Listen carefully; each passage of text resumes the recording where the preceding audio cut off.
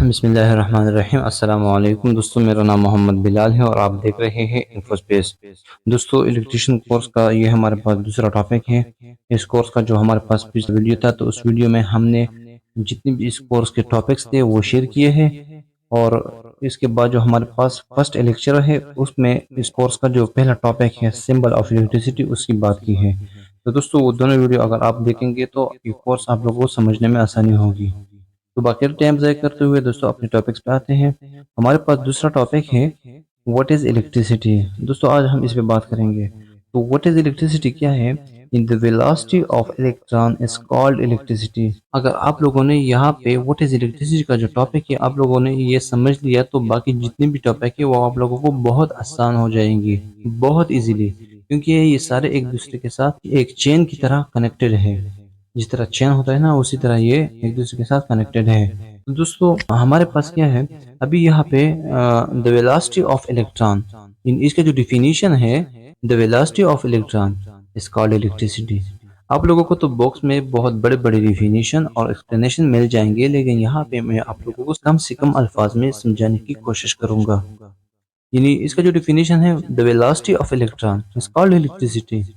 Electron का एक सेमत में बह जाने को हम बिजली कहते हैं।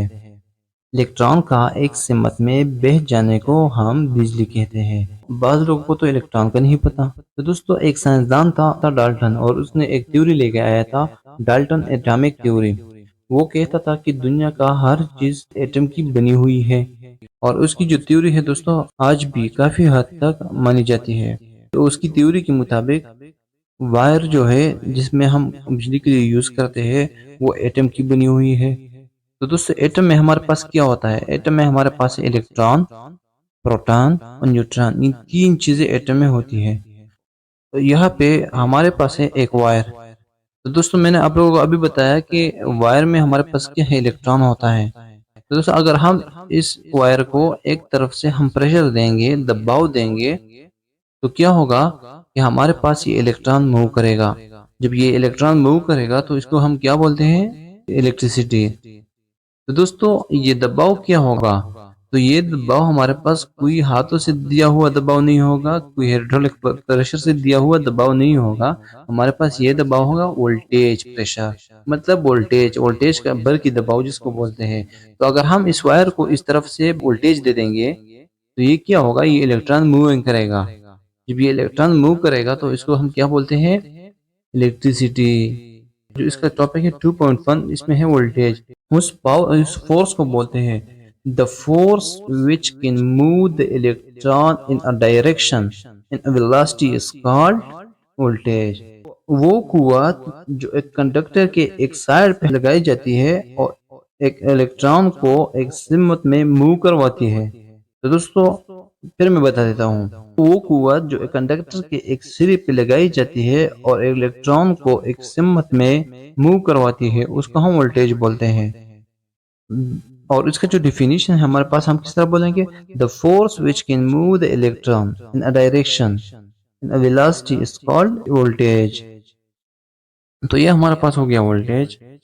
तो इसके बाद हमारे पास आता है करंट। इसका जो डिफिनीशन है, the flow of charge is called current. दोस्तों, वायर के जो निशान है हमारे पास, इसके अंदर जो ये एरो के निशान आप लोगों को नजर आ रहे हैं ना, ये इलेक्ट्रॉन है। तो ये इलेक्ट्रॉन जब मूविंग करता है तो इस मूविंग को हम क्या बोलते हैं? करंट। यानी the flow of charge is called current. तो ये जो एरो के निशान है, इससे हमारी तारीफ निकलेगी। किसी भी कंडक्टर में अगर इलेक्ट्रॉन फ्लो कर रहा है तो इसको बोलते हैं करंट। तो इसके बाद हमारे पास है 2.3 रेजिस्टेंस। तो दोस्तों, रेजिस्टेंस का जो डिफिनीशन है वो है हमारे पास the force which resist the electron is called resistance. वो ताकत जो करण को रेजिस्ट करता है उसको हम क्या बोलते हैं? रेजिस्टेंस। तो दोस्तों, ये था हमारे पास टॉपिक।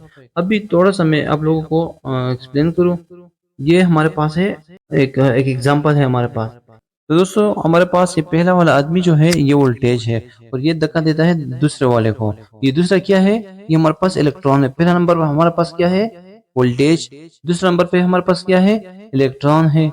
जब ये इसको धक्का देता है तो इसको क्या बोलते हैं, करंट। ऊपर जो तीसरा वाला आदमी है हमारे पास, ये रेजिस्टेंस है, ये इसकी रुकावट बना देता है, जाने से रोक देता है। तो ये क्या है, हमारे पास ये रेजिस्टेंस है।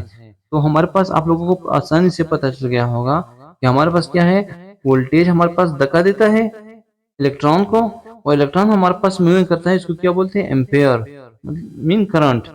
तो और ऊपर वाला जो तीसरा वाला आदमी है वो क्या करता है, ओहम, इसको रेजिस्ट करता है, जाने से रोक देता है, लेकिन फिर भी पीछे से फोर्स ज्यादा है और वो जा सकता है, मतलब जाने की कोशिश करता है।